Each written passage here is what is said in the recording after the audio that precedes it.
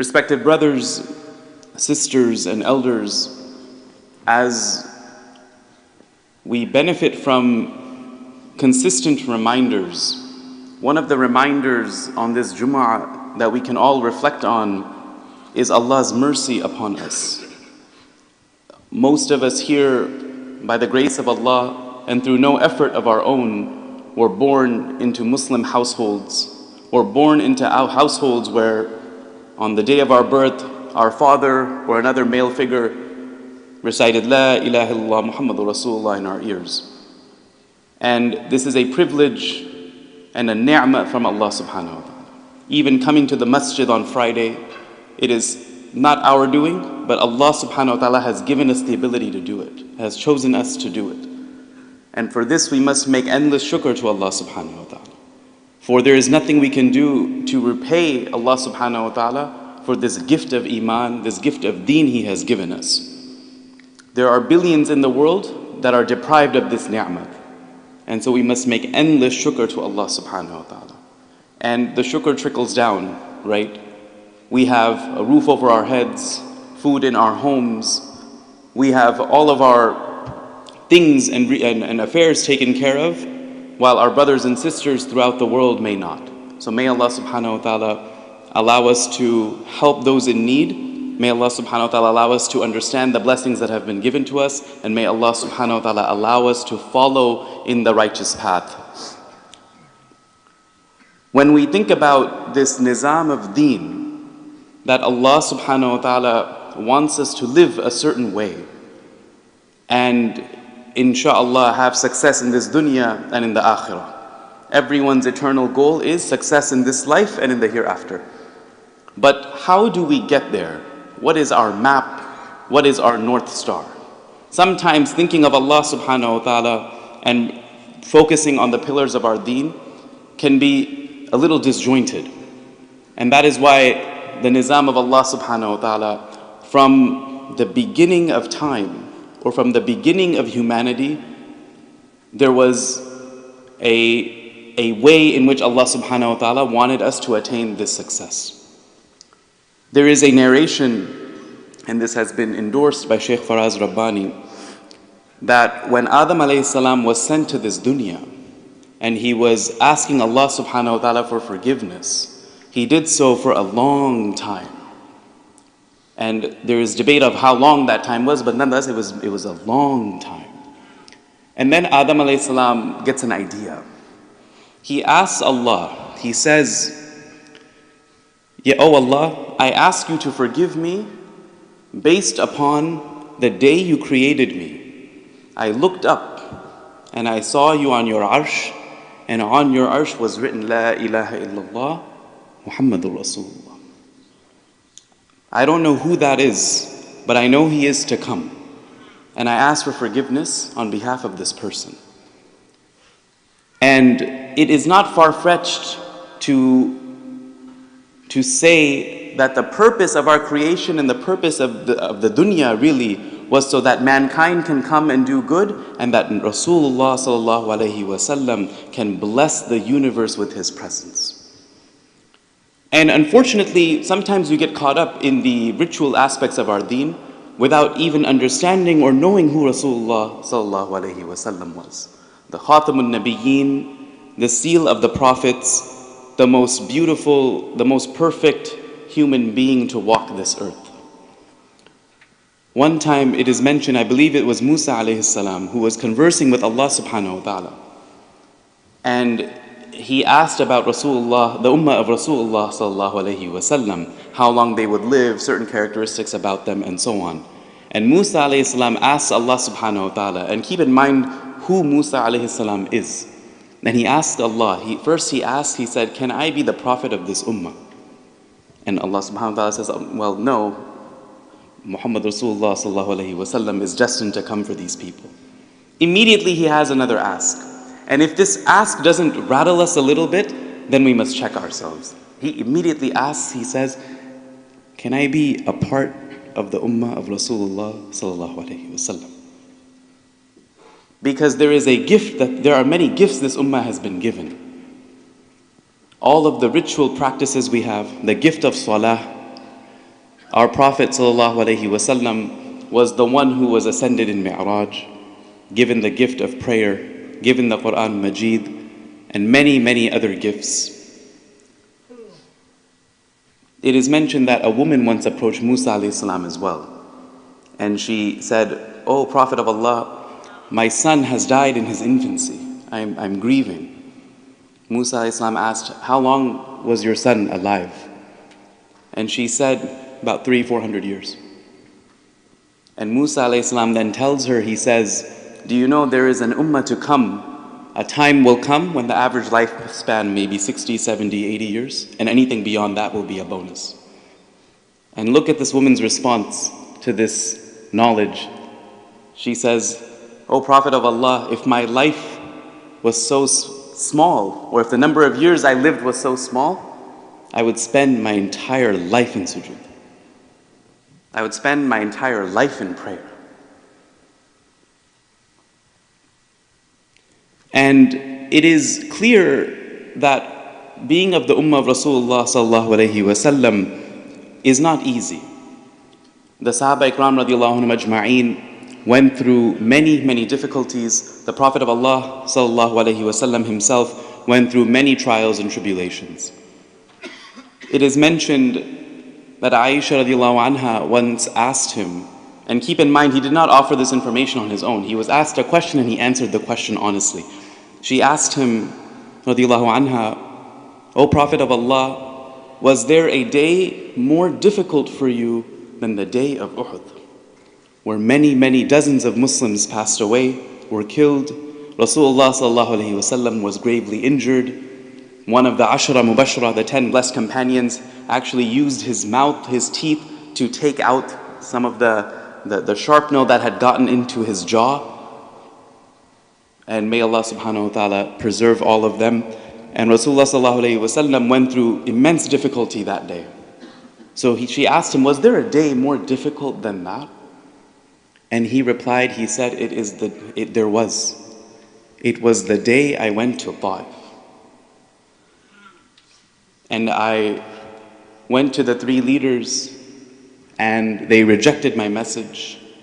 I then went to the common folk and stayed there for a few days. And some of them started warming up to my message. And when the leaders caught wind of this, they sent mobs to attack me and Zayd bin Sabit radiallahu anhu. They attacked him so profusely and so barbarically that the blood that was flowing from his Mubarak sallallahu alayhi wasallam's body was stuck to his slippers. And this is the state in which they threw him out of Ta'if. And he also mentions, and this is a part that I haven't heard a lot, that's why I will mention it. He said, "I didn't even know where I was or what I was doing until I reached a distance much, much further away." So he almost, in a sense, respected listeners, blacked out from the trauma and the shock of that day. And when we think of what we would do in response to such atrocity, it doesn't compare to what Nabi Kareem sallallahu alayhi wasallam, the greatest man to walk this earth, did. Jibreel alayhi salam comes to him and says, "I have the angel, O Prophet of Allah, the angel responsible for the mountains with me." And this angel says, "Ya Rasulullah, on your command I can put the mountains together and crush this nation that has done such vile things to you." And he, in that distressful moment, responds, he says, "I forgive them, let them be." And he makes dua for them, that hopefully from this progeny, there will be Muslims. And that is why many of us from the subcontinent can credit our deen to, because it is from this nation that Muhammad bin Qasim came, the young commander who brought Islam to the Indian subcontinent. It is mentioned, respected listeners, that while sitting with the Sahaba, and again, there are Sahaba here that no one will reach their greatness. There are Sahaba here that are from the 10 who were promised paradise in this life. The greats like Abu Bakr radiallahu anhu, Umar radiallahu anhu, Uthman radiallahu anhu, Ali radiallahu anhu, and so on. And he says, I can't wait to meet my brothers in the hereafter. And the Sahaba Ikram radiallahu anhum ajma'in are confused, right? They're like, you don't have any brothers, and if you have brothers, Ya Rasulullah sallallahu alayhi wasallam, we are your brothers. Who are your brothers that you're talking about? Rasulullah sallallahu alayhi wasallam says, my brothers and my sisters or my siblings in the hereafter will be those that never saw me, those that never saw me physically, nor spent any time with me, but they believed in me. And that is this ummah of Rasulullah sallallahu alayhi wasallam.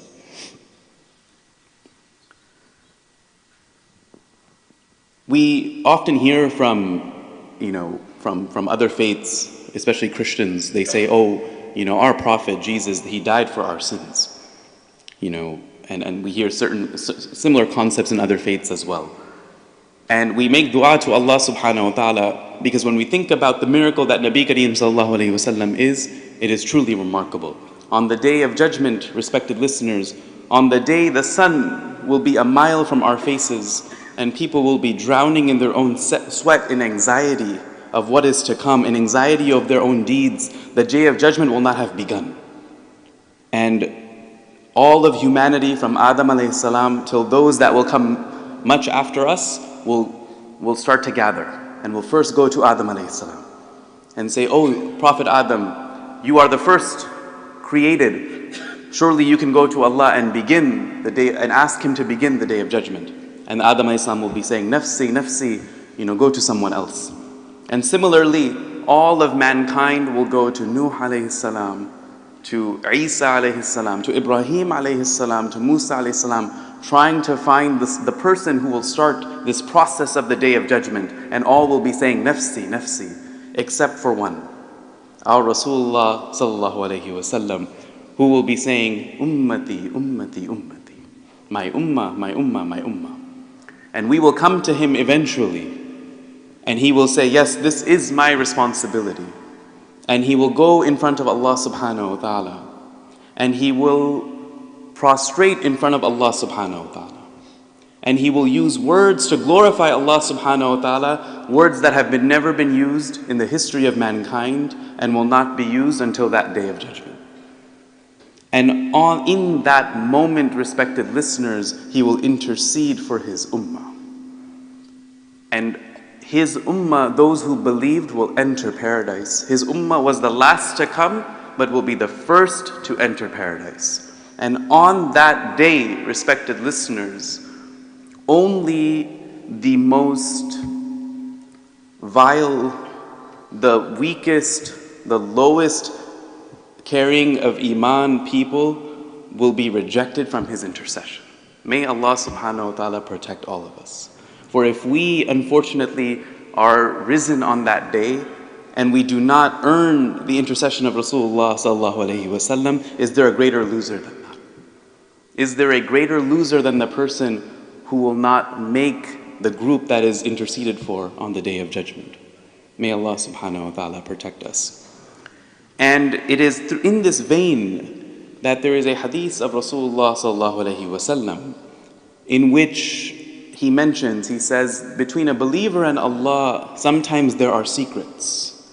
Whether that person maybe is going through a trial, is sinful in some way, that the public may not know about. It is just between the believer and Allah subhanahu wa ta'ala.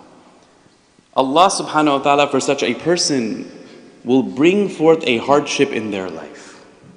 A hardship that Allah subhanahu wa ta'ala knows that they can conquer in this dunya. And the matriculation of the believer conquering this hardship will be enough to earn him or her paradise in the hereafter. So Allah subhanahu wa ta'ala assesses his believers. And if he sees that a believer is struggling with sin or struggling with something, and if that believer loses their life today, they will not enter paradise right away, Allah subhanahu wa ta'ala brings this hardship in front of the believer, not as a trial or a tribulation, but as a ni'mah, as a way to earn paradise in the hereafter. May Allah subhanahu wa ta'ala allow us the ability to act upon what has been said. May Allah subhanahu wa ta'ala allow us to emulate the life of Rasulullah sallallahu alaihi wasallam. May Allah subhanahu wa ta'ala give us the ability to give ourselves, our families, the knowledge of the beautiful seerah of Rasulullah sallallahu alaihi wasallam, and may He allow us to visit Rasulullah sallallahu alaihi wasallam via Umrah or Hajj as soon as possible. Wa akhiru da'wana anil hamdulillahi rabbil alamin.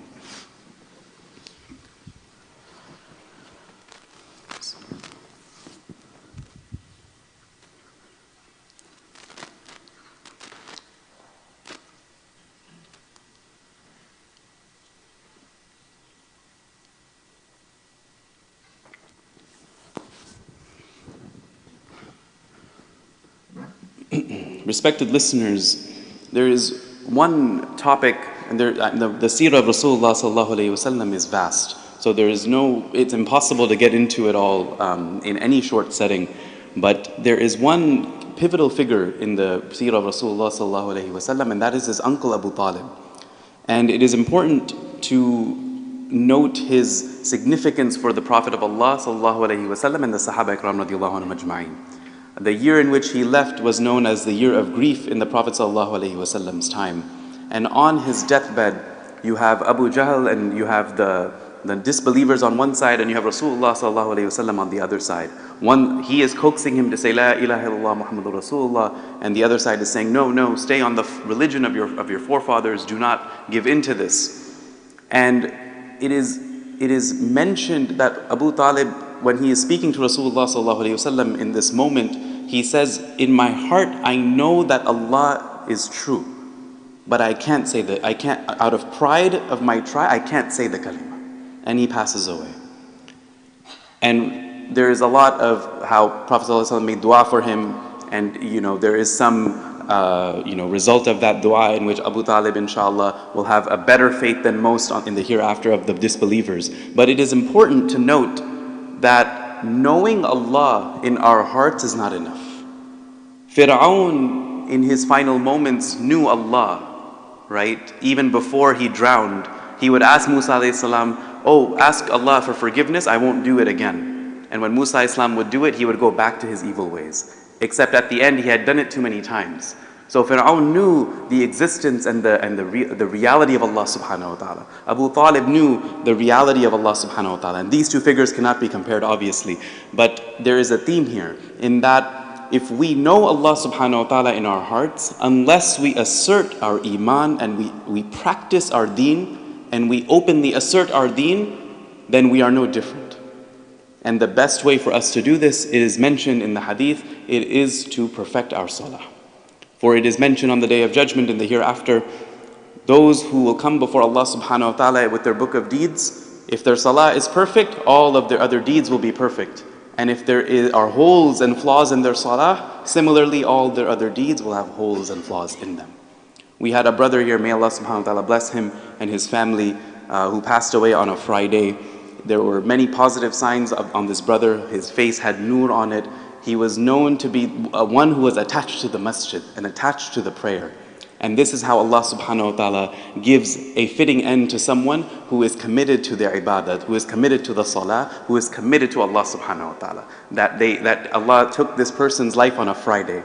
That his body was showing nur and signs, positive signs, and the people upon his death had nothing but good things to say about him. May Allah subhanahu wa ta'ala grant us all a death like this. May Allah subhanahu wa ta'ala grant us ease in this life and the hereafter. May Allah subhanahu wa ta'ala allow us to enter the qabr and answer the questions in the affirmative. Allow us to have our qabrs be a window of paradise. May Allah subhanahu wa ta'ala, when we are risen on the Day of Judgment, allow us to embrace Nabi Kareem sallallahu alayhi wa sallam. Allow him to smile upon us. Allow us to feed, to give us the water of Kawthar from his hands, and allow him to be pleased with us in this life and in the hereafter.